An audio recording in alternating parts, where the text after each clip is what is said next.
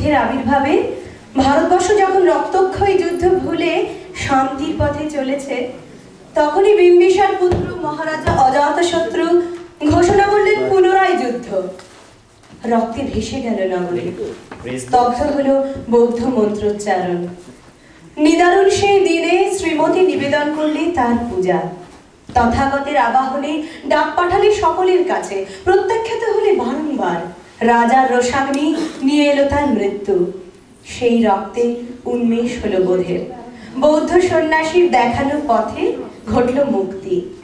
মহাকালের গহ্বরে মিলিয়ে গেছে সেই সব যুগ। ভাস্বর হয়ে আছেন শাশ্বত তথাগত।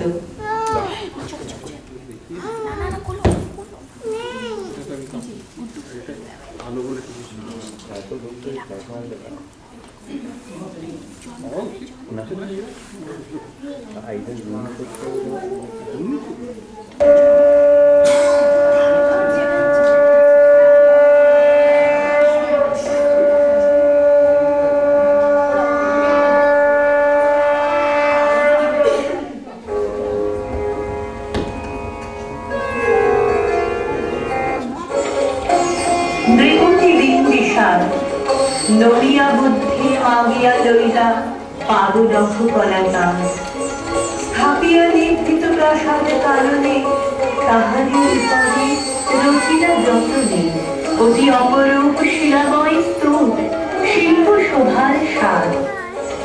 সন্ধ্যা বেলায় শুচিবাস করি রাজবধূ রাজবালা, আসিতেন ফুল সাজান ডালায়। সোনার থালায় আপনার হাতে দিতেন জ্বালায় কনক প্রদীপ মালা।